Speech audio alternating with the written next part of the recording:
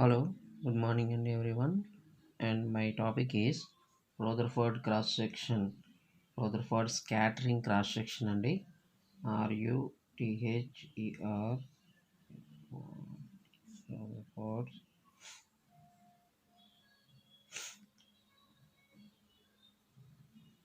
scattering cross section.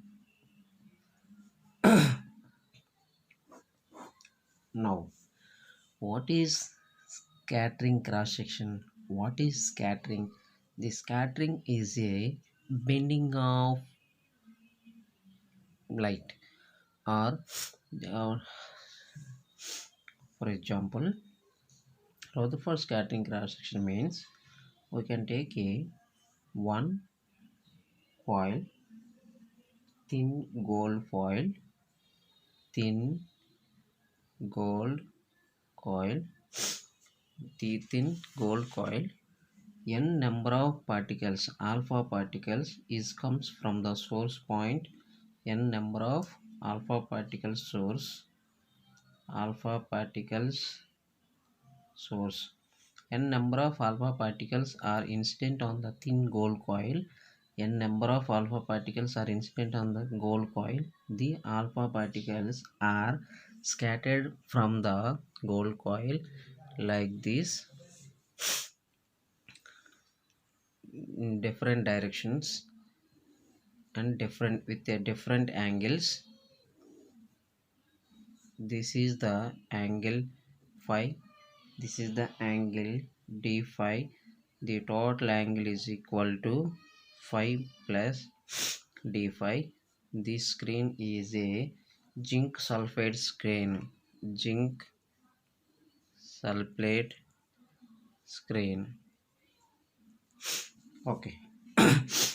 So scattering means the scattering is nothing but the ratio between number of incident particles and number of scattered particles is called scattering cross section. The scattering cross section. మరి Rutherford scattering cross section అంటే ఏంటి? Number of alpha particles are incident on the gold coil. The how many number of coil alpha particles are scattered and falls on zinc sulfate screen is called Rutherford scattering cross section. Now we are going to discuss Rutherford alpha scattering sigma. We are going to find out. So this is the narrow beam of light. The narrow beam of alpha particles, narrow beam of light is coming from the source point. The narrow beam of light is incident on the thin gold coil, and the narrow beam of light is incident on zinc sulfate screen with a different angles. This angle is like a solid angles, d omega is solid, in the form of solid light. Okay, now we are going to incident intensity of narrow beam of light. Incidence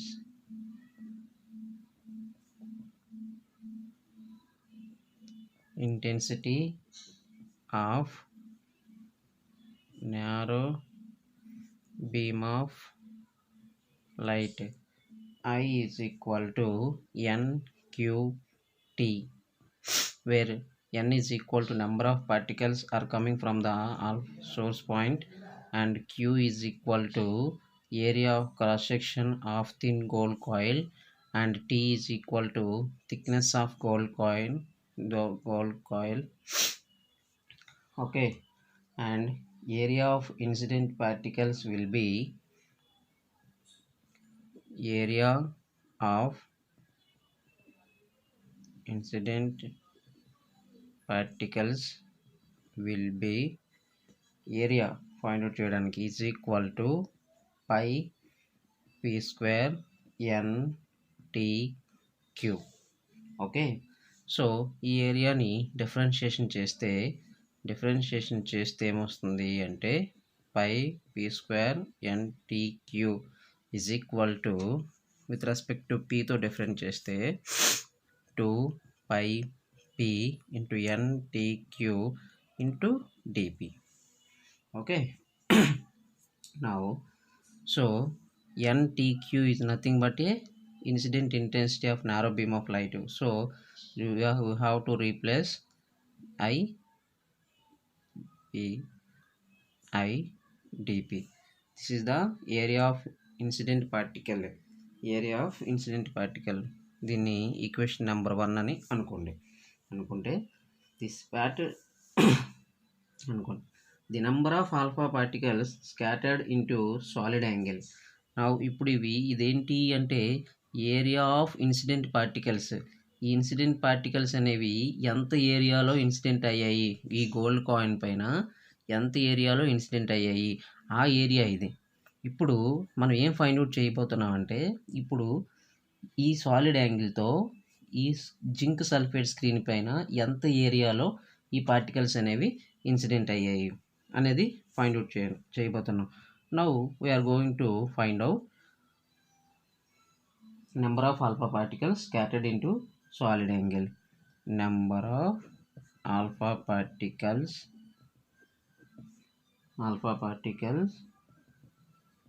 scattered into solid angle. Number of alpha particles scattered into solid angle. Oh, ready. So d omega, solid angle is nothing, d omega. ఈ solid angle ఎక్కడి నుంచి వచ్చింది అంటే పైకి d పైకి మధ్యలో ఉన్నటువంటి total angle solid angle. So d omega is equal to 2π sin π d5. This is the solid angle of alpha number of scattered alpha particles. So both sides sigma ఐతో indicate చేస్తే sigma I d omega is equal to sigma I 2π sin phi d5. Okay, this is the equation number 2 అని అనుకోండి. Okay, అయితే మీ already last క్లాస్లో ఏం చెప్పామంటే impact parameter అంటే ఏంటో చెప్పాం. ఇంపాక్ట్ పారామీటర్ అనేది perpendicular distance between source of light and nucleus P, and this is a change in impact parameter dp. ఓకేనా, అయితే ఈ ఇంపాక్ట్ పారామీటర్ యొక్క ఏరియా, ఈ number of alpha particles scattered in solid angle అనేది ఎంత ఈ screen మీద అప్లై అయిందనేది ఇంపాక్ట్ పారామీటర్ అనేది చెప్తుంది. So area between circles of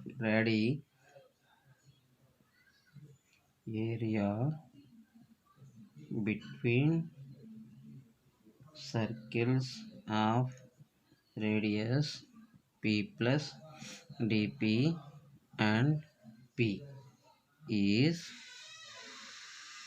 equal to pi p square. Area of circle.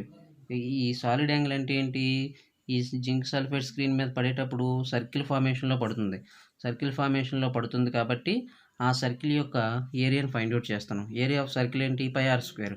మరి ఇక్కడ రేడియస్ అంతా p, so pi p square. So దీన్ని డిఫరెన్షియేషన్ చేస్తే d of pi p square is equal to 2p pi dp. ఓకేనా, so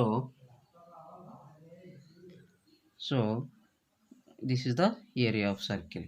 and అలాగే ఇప్పుడు దీన్ని both sides ఐతో multiply చేసాం అనుకోండి.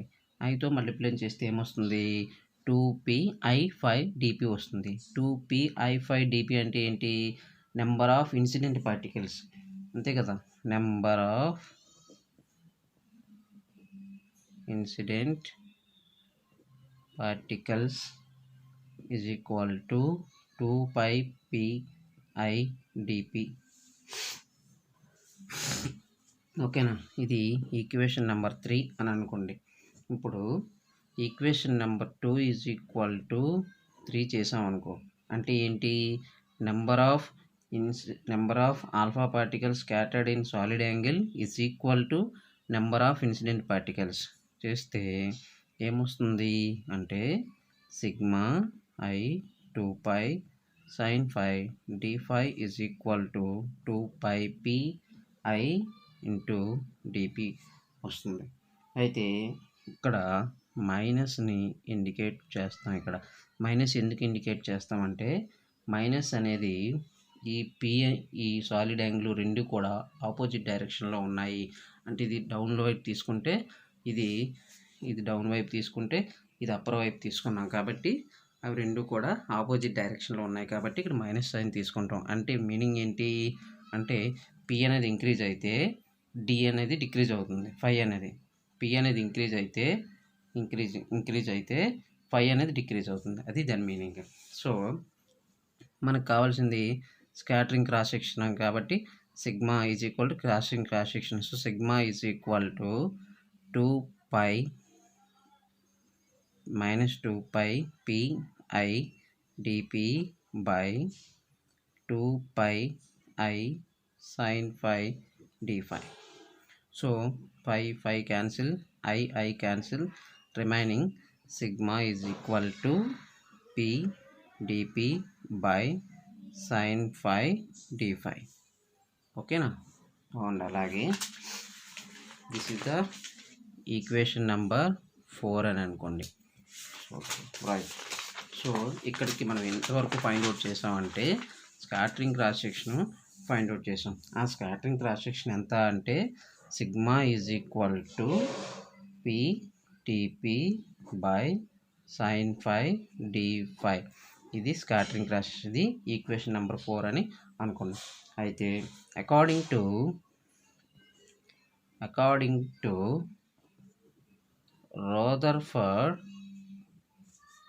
Rutherford scattering angle tan phi by 2 is equal to ZE square by 2 pi epsilon naught m v naught square into p. ఓకేనా? అంటే మనకి ఇందులో ఉన్నటువంటి పి కావాలి. ఈ పి ఎక్కడి నుంచి తీసుకుంటాను అంటే Rutherford ఆ scattering angle tan phi by 2 is equal ZE square by 2 pi epsilon naught m v naught square into p. దీని నుంచి తీసుకుంటాను. దీని నుంచి ఎలా తీసుకుంటాను? p is equal to ZE square by 2 pi epsilon naught m v naught square. దీనిపై పంపిస్తే 1/tan cot phi by 2 దాన్ని cot phi by 2 అని కూడా రాసుకోవచ్చు. సో దీన్ని డిఫరెన్షియేషన్ చేస్తే dv is equal to ZE square by 2 pi epsilon naught m v naught square minus 1/2 cosecant square phi by 2 into dv differentiation చేసాం. ఇప్పుడు దీన్ని పట్టుకెళ్ళి ఈ పి అనే డిపిని పట్టుకెళ్ళి ఈక్వేషన్ నెంబర్ 4లో వేస్తే అంటే ఈక్వేషన్ నెంబర్ 5 అని అనుకోండి. The equation number 5 is substituting in equation number 4. Equation number 4లో సబ్స్టిట్యూట్ చేస్తే సిగ్మా ఈజ్ ఈక్వల్ టు ఏమొస్తుంది అంటే ZE square by 2 pi epsilon naught m v naught square into whole power square and అలాగే 1/2 cot 5 by 2 and అలాగే cosecant square 5 by 2 into d5 whole by remaining sin 5 and d5. అర్థమవుతుందా? ఓకేనా? And అలాగే next step sigma is equal to ఈ స్క్వేర్ని distribute చేసిస్తే Z square e⁴ and అలాగే cot 5/2 cosecant square 5/2 by 8 pi square epsilon naught square m square v naught power 4 2 sin 5/2 cos 5/2. Okay, and sigma is equal to z square e⁴ by చూడండి ఇక్కడ ఇది ఎలాగొచ్చింది sin phi d5 అంటే sin 2θ అంటే 2 sin θ cos θ. మరి sin θ is equal to ఏం రాస్తాం అంటే sin 5/2 cot 5/2. So రాసేటప్పుడు ఫార్ములా ఏమవుతుంది అంటే 16 5 square epsilon naught square m square v naught power of 4 sin power of 4 into 5/2. అక్కడ మీకు ఇంకా అర్థం అవ్వలేనట్టుంది చూడండి. 2 sin 5/2 cos 5/2 అంటే ఆ ట్రిగోనోమెట్రీ ఈక్వేషన్ ఏంటి? sin 2 theta is equal to 2 sin theta cos theta అంతేనా? So sin theta is equal to 2 sin theta by 2 cos theta by 2 అంతే కదా. సో దీన్ని ఏ విధంగా ఈ స్టెప్ ఇక్కడ అప్లై చేసాం వచ్చింది. ఇప్పుడు చూడండి ఇక్కడ కాట్ థీటా అంటే ఏంటి? కాట్ 5/2 అంటే కాస్ 5/2 బై సైన్ 5/2. సైన్ 5/2 బయట కిందకు వచ్చేస్తే ఇక్కడ 1/sin square total sine power of 4 5/2. ఈ కాస్ 5/2 పైన cos 5/2 cancel remaining value. So this is the Rutherford scattering cross section. This is Rutherford scattering cross section. Thank you.